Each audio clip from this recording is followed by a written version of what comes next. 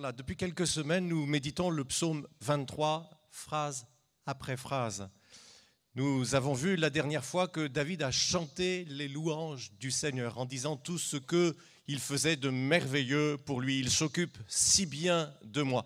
Et la dernière fois, nous avons vu que au moment où David doit affronter le danger qui le terrifie, il s'adresse directement à Dieu. Il lui dit « Tu es avec moi ». Aujourd'hui, nous nous arrêtons ensemble sur le verset 5. Alors je vous laisse le temps de le trouver ensemble dans la parole de Dieu. Nous allons le lire dans un instant. C'est le psaume 23, le verset 5 que nous méditons ce matin.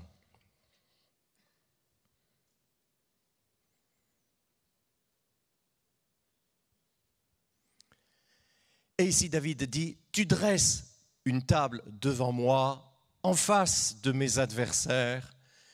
Tu verses de l'huile sur ma tête et tu fais déborder ma coupe. Gloire à Dieu. » Je vous invite à prier avec moi.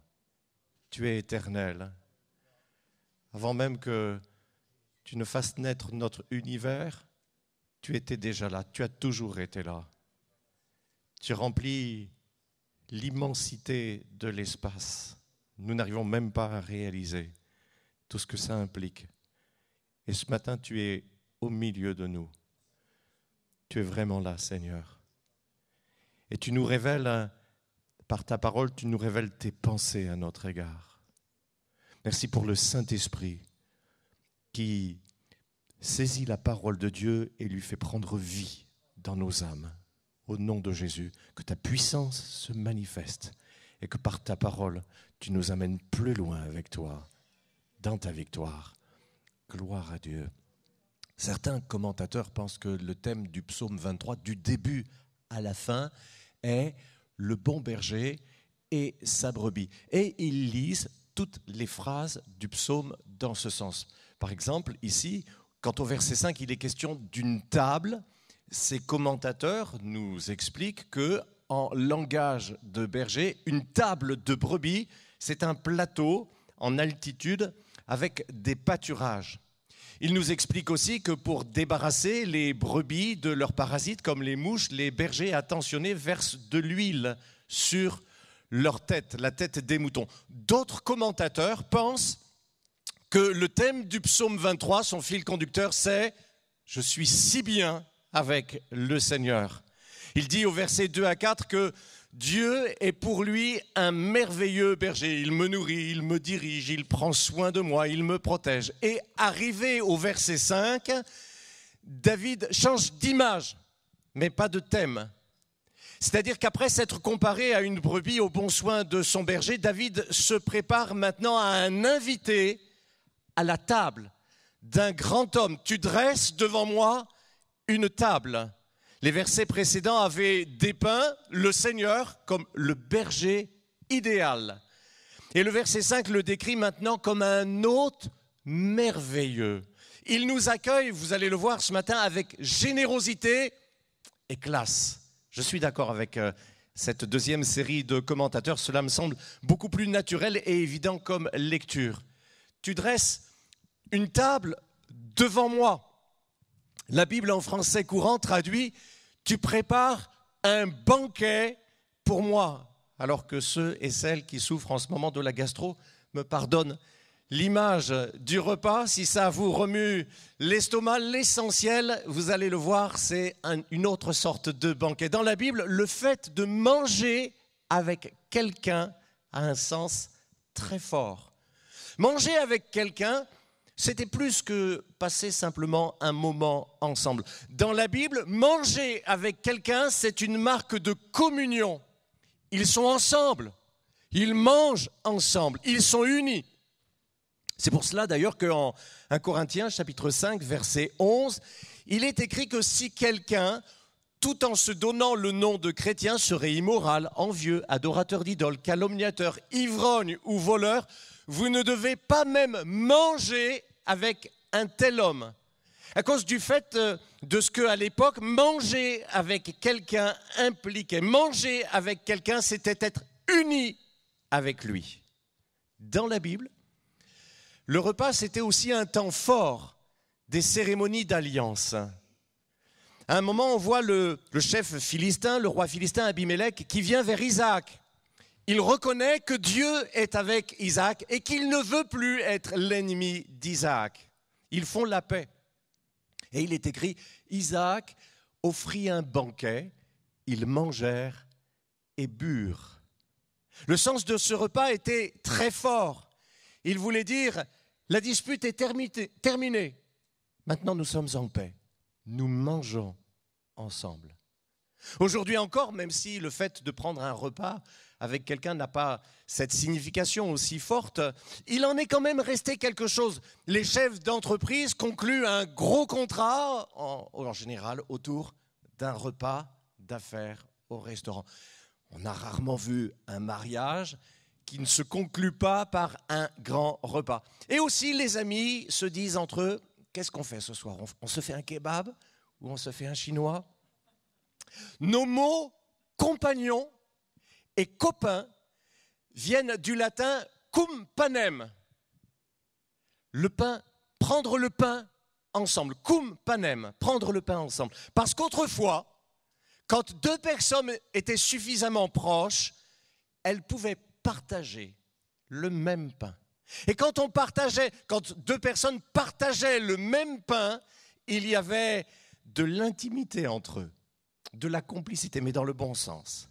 On est copains, on mange le même pain. Et on comprend à partir de là l'ampleur de la souffrance et de la trahison que le Seigneur a ressenti si fortement quand il dit à propos de Judas, c'est dans l'évangile de Jean, « Celui qui mange le pain avec moi a levé le talon contre moi ». Jésus nous raconte l'histoire d'un fils qui quitte la maison de son père en coupant toute relation. Ce fils est l'image des hommes et des femmes qui veulent faire leur vie sans Dieu, qui lui tournent le dos. Mais quand ce fils se rend compte qu'il n'arrive à rien et qu'il est misérable loin du Père, il revient. Le Père l'accueille. Et pour fêter cela, il fait préparer un grand repas. Et le Père fait les choses en grand. Un festin. Il fait préparer le veau gras. Quand vous faites un repas de famille, en général, vous préparez un poulet. Peut-être à Noël, si vous aimez les traditions, vous ferez une dinde. Mais si vous préparez un veau, c'est que vous allez inviter tout le village. Une méga fête. Et le Père dit, mangeons et réjouissons-nous parce que mon fils était mort, il est revenu à la vie, il était perdu. Je l'ai retrouvé. Le repas, pris ensemble, montre que le Père a pardonné à son fils, que tout est rétabli, tout est redevenu comme avant. Et dans le dernier livre de la Bible, Jésus dit à ceux qui l'ont laissé en dehors de leur vie, Apocalypse chapitre 3, verset 20, « Je me tiens à la porte et je frappe. Si quelqu'un entend ma voix et ouvre la porte, j'entrerai chez lui, je prendrai un repas avec lui et lui avec moi. » Mais pas n'importe quel repas, pas le repas du midi qu'on prend vite fait avant de repartir travailler. Non, Jésus dit, je dînerai avec lui et lui avec moi. Le repas du soir, quand la journée de travail est terminée, quand on se détend enfin et qu'on veut prendre du bon temps. Jésus veut dire par là, je dînerai avec lui et lui avec moi. Jésus veut dire, nous aurons un vrai moment d'intimité, comme deux amis, en face à face, en tête à tête. Et le clou, à propos de repas, c'est quand la Bible, dans ses derniers chapitres, nous dit « Heureux celui qui est invité au festin des noces de l'agneau. » Que Dieu soit béni. Voilà donc ce que David dit dans le psaume 23 au verset 5. « Le Seigneur m'accueille à sa table. » C'est ce qui réjouissait David. Mais vous vous rendez compte, moi, un petit homme de rien du tout, un pécheur, le Seigneur Dieu me reçoit à sa table. Il voulait dire par là, il m'accueille. Il établit une alliance avec moi, comme on faisait à l'époque au cours d'un repas. Il fait alliance avec moi, entre lui et moi. Quel honneur! C'est toujours un honneur quand on est invité à la table de quelqu'un qui est plus haut placé que nous. Eh bien, Jésus nous dit dans l'Évangile que le royaume de Dieu ressemble à un grand repas que quelqu'un a préparé. Il a préparé un festin, il a lancé ses invitations. Venez, tout est déjà prêt. Même celui qui n'a pas d'argent, même celui qui ne peut rien payer, il va pouvoir venir, il va se régaler des plats délicieux. On va, le maître envoie ses serviteurs chercher jusque les mendiants dans les places publiques, ceux qui sont au coin des rues, ceux qui traînent. C'est aussi pour eux qu'ils viennent. Ils mangeront de mon repas. Et ils sont là. Vous les voyez, les mendiants, avec les autres invités, à une réception extraordinaire, avec des buffets à volonté. Mes amis, l'Évangile, la bonne nouvelle, nous dit que Dieu est prêt à recevoir tout homme, toute femme à sa table. Gloire à son nom. Jésus dit, jamais, non jamais, je ne repousserai celui qui viendra à moi. Le royaume de Dieu est comme une invitation à un festin fabuleux et gratuit. La Bible dit, le don gratuit de Dieu, c'est la vie éternelle en Jésus-Christ, notre Seigneur. Ah bien sûr, si le festin est gratuit pour nous, c'est que quelqu'un d'autre l'a payé. Jésus a payé le prix. Il a versé le prix sur la croix. Il a payé le prix de notre place au grand festin du royaume de Dieu. Il a racheté le prix de notre âme à un grand prix. Il l'a payé de son sang, de sa vie. Alors si au milieu de nous, quelqu'un n'avait pas encore reçu cette invitation, si vous ne l'avez pas encore fait, acceptez l'invitation du Maître. Ne la laissez pas vous passer sous le nez. Un festin de joie éternelle. Recevez le salut en Jésus le Sauveur. Et si quelqu'un au milieu de nous n'a pas encore reçu Jésus, le Fils de Dieu, comme son Sauveur personnel, faites-le ce matin, ici et maintenant. Le Seigneur vous accueillera. Donnez-lui votre vie souillée par vos péchés. Et lui, il vous donnera son pardon, sa grâce et sa vie éternelle. Que son nom soit béni. Donc pour les hommes de la Bible, comme pour nous d'ailleurs, dresser une table pour quelqu'un, c'est synonyme de se préparer à recevoir un invité. On dresse la table. Cette table dressée nous parle donc de toutes les bonnes choses que Dieu a préparées pour nous. J'ai remarqué que Dieu prépare des choses. En fait, d'ailleurs même, Dieu prépare toutes choses. C'est-à-dire, il les prévoit à l'avance. Il les planifie, il les organise.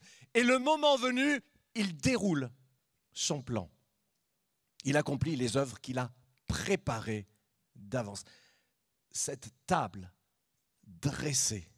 L'Évangile nous dit qu'à la fin des temps, Jésus s'assiera sur son trône de gloire et qu'il nous dira « Venez, vous qui êtes bénis de mon Père, prenez possession du royaume qui a été préparé pour vous dès la fondation du monde. » Mais il n'y a pas que cela qu'il prépare, qu'il dresse comme table. Dieu prépare des œuvres pour vous et il vous prépare pour ses œuvres. Il prépare des œuvres pour vous et personne ne pourra fermer la porte qui vous y conduira. Gloire à Dieu. Et il vous prépare pour que vous accomplissiez ces œuvres en son temps. De là le fait que parfois vous bouilliez dans votre jus en attendant ce moment. Éphésiens chapitre 2 verset 10. Nous avons été créés en Jésus-Christ pour des œuvres bonnes que Dieu a préparées d'avance pour que nous les accomplissions. Par exemple, il y a quelqu'un qui est encore dans les ténèbres. Dieu l'a vu. Et dans son plan parfait, bienveillant, c'est ma fille, une telle, qui va aller parler à cette personne. Et le Seigneur vous suscite, il vous conduit, un jour il vous pousse, vous allez parler à cette personne. Vous lui parlez de Jésus. Et puis vous priez pour elle. Vous l'invitez à l'église. Vous l'accompagnez de vos encouragements. Et un jour, cette personne rencontre le Seigneur. Dieu avait préparé cette œuvre pour vous et vous avez participé à son salut. Gloire à Dieu. Et quand vous entrez comme ça dans les œuvres que Dieu a préparées pour vous, à ce moment-là, vous vous apercevez de quelque chose, c'est qu'en effet, oui, il avait vraiment tout préparé. Dans ma responsabilité de pasteur, souvent je me suis aperçu de cela, c'est que le Seigneur avait bien prévu et préparé les choses à l'avance. Quand Dieu avait un projet pour son Église et que le moment était venu de le faire avancer, Dieu m'a toujours envoyé les gens qui seraient compétents pour être à mes côtés et pour le faire. Quand nous avons eu besoin de gens compétents pour faire des constructions ou des travaux, Dieu nous les a envoyés. Regardez le résultat quand même, c'est beau, hein, ce que Dieu fait. Quand nous avons eu besoin de finances pour l'œuvre de Dieu, des personnes avec un cœur généreux se sont trouvées là et ils ont donné par amour, sans qu'on leur demande quoi que ce soit. Ils ont eu à cœur de le faire et ils l'ont fait. Dieu les avait préparés. Il leur a parlé lui-même et ils sont entrés dans ses œuvres. Quelle grâce! Dieu prépare pour vous des œuvres bonnes. Et en plus, il va vous récompenser dans l'éternité quand vous les aurez accomplies. Gloire à son nom. Tu dresses devant moi une table. Ça me fait évidemment penser à ce que Paul appelle la table du Seigneur. On trouve l'expression la table du Seigneur dans 1 Corinthiens chapitre 10 verset 21. Qu'est-ce que c'est? C'est la même chose que le repas du Seigneur, comme Paul le nomme ailleurs. Pourquoi ce nom, la table du Seigneur? Dites-moi. Eh bien parce qu'à l'origine, les premiers chrétiens, le dimanche, prenaient régulièrement un repas, un vrai repas, ensemble. Et ils appelaient ce repas des agapes. Le mot agape, ça veut dire amour. Et là, ils célébraient l'amour de Dieu et aussi l'amour fraternel. Et autour de la table, parce que c'était pendant un repas, ils partageaient le pain et la coupe. Le pain représente le corps de Jésus, livré et brisé par les souffrances de la croix. Et la coupe représente le sang de Jésus versé pour purifier nos péchés. Voyez-vous, la table que Dieu dresse devant nous, ce n'est pas seulement le pain et la coupe, c'est ce que le pain et la coupe représentent. Le sacrifice de Jésus, le don de sa vie qui nous sauve. 1 Corinthiens chapitre 11 verset 26. En effet, jusqu'à ce que le Seigneur revienne, vous annoncez sa mort toutes les fois que vous mangez ce pain et que vous buvez cette coupe. C'est pourquoi la parole de Dieu utilise les deux expressions. Le repas du Seigneur, la table du Seigneur. Dites-moi, cette table-là, ce qu'elle représente, il a bien fallu que Jésus la prépare pour nous. Il l'a dressée pour nous, littéralement, à la croix du Calvaire. Que le nom de Jésus soit béni. La table du Seigneur est donc une table de communion, d'alliance. Un peu comme les repas d'alliance que l'on trouve dans l'Ancien Testament quand des hommes mangent ensemble devant Dieu après un pacte. C'est pourquoi, quand on saisit le sens de cette table, elle célèbre notre union avec le Seigneur. Et nous ne pouvons pas prendre le repas du Seigneur juste par habitude, encore moins avec légèreté. Nous devons prendre le repas du Seigneur en étant conscients de ce qu'il représente, de ce qu'il annonce. Et la parole de Dieu nous dit que nous ne devons pas prendre indignement le repas du Seigneur, c'est-à-dire indignement, c'est-à-dire sans discerner le corps et le sang du Seigneur, et sans prendre conscience qu'il est mort pour nos péchés. Sinon, dit Paul, de bénédiction, il se transformerait pour nous en malédiction. C'est pourquoi, mes frères et sœurs bien-aimés, qu'est-ce que vous devez faire si un dimanche matin, vous vous sentez indigne de participer à la table du Seigneur? Je vais vous dire, la mauvaise solution, la pire d'ailleurs, serait de vous en abstenir sans rien changer à votre vie. Enfin, la pire. C'est à peu près équivalent à prendre le repas du Seigneur de façon indigne. C'est peut-être pas beaucoup mieux. Donc, vous abstenir de la table du Seigneur sans rien changer à votre vie. Parce que ça non plus, ça n'est pas prendre au sérieux la mort du Seigneur pour vos péchés. La solution spirituelle, la bonne, en fait, il n'y en a qu'une, c'est la seule, c'est celle-là. C'est de régler votre problème devant Dieu, s'il le faut avec votre frère ou votre sœur, et ensuite de prendre le pain et la coupe qui seront alors pour vous une bénédiction. Alors, par pure grâce, votre Seigneur et le mien, aussi indignes que nous soyons, nous accueille à sa table. Gloire à Dieu. Vous avez remarqué la mention des adversaires?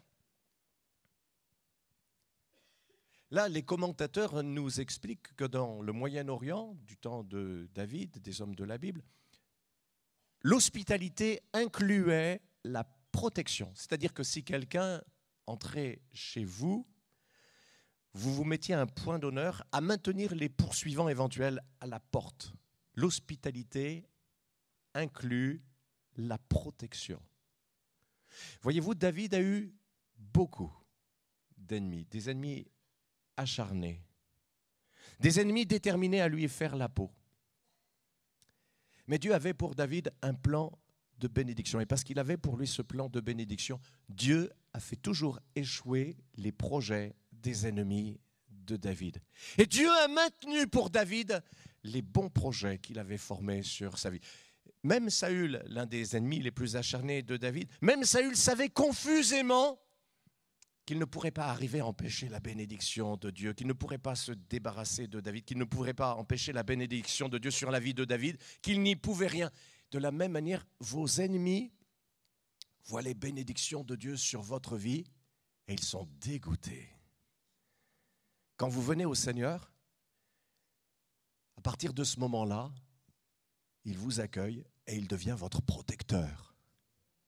Jésus dit dans l'Évangile, « Mes brebis, personne ne pourra les arracher de ma main. » Ah, les chrétiens peuvent avoir des adversaires humains, des persécuteurs.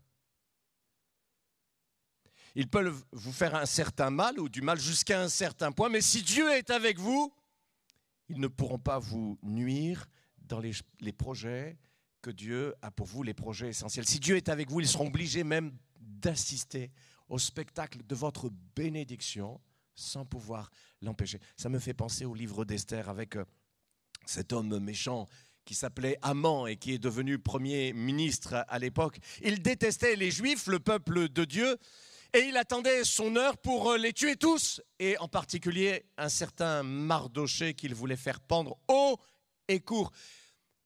Et à un moment, son plan a commencé à se dérégler.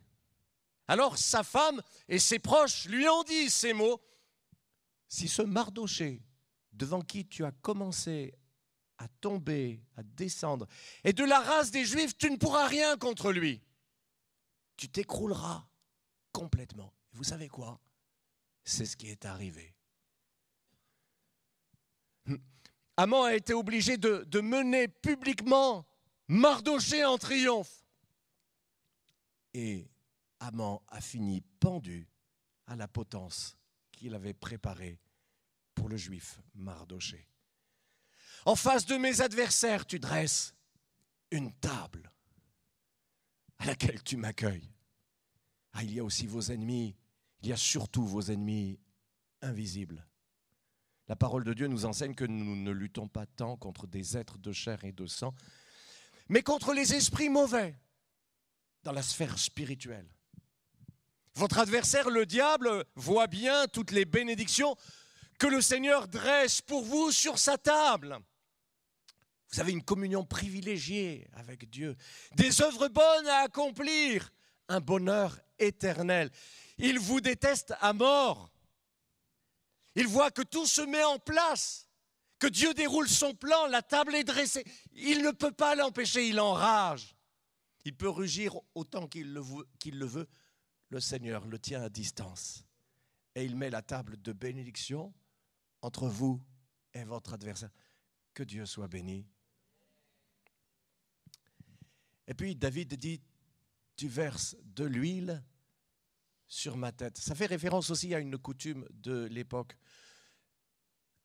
Justement en lien avec l'hospitalité, vous, quand vous recevez quelqu'un, vous allez vous présenter à la porte, vous ouvrez la porte, vous faites un sourire, vous serrez la main à la personne, vous l'amenez au salon, vous le faites asseoir.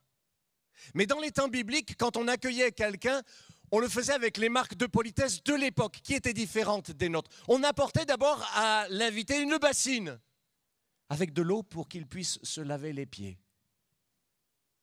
Le maître de maison venait aussi en personne pour embrasser son invité. Et le dernier geste d'accueil consistait à verser de l'huile sur sa tête. De l'huile parfumée, voyez-vous, parce qu'à l'époque, les parfums se conservaient dans de l'huile. C'était de l'huile parfumée.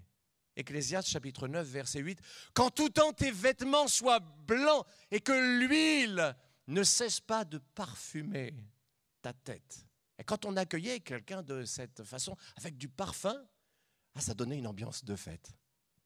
Ça mettait les cœurs en joie, hein. Un bon parfum, ça fait toujours plaisir. La Bible dit, ton Dieu t'a oint d'une huile de joie. Hébreux 1, 9. Et Ésaïe 61, 3 parle aussi d'une huile de joie. Mais si on ne faisait pas ces choses pour un invité, c'est que l'accueil était un peu froid, pour ne pas dire qu'il était glacial.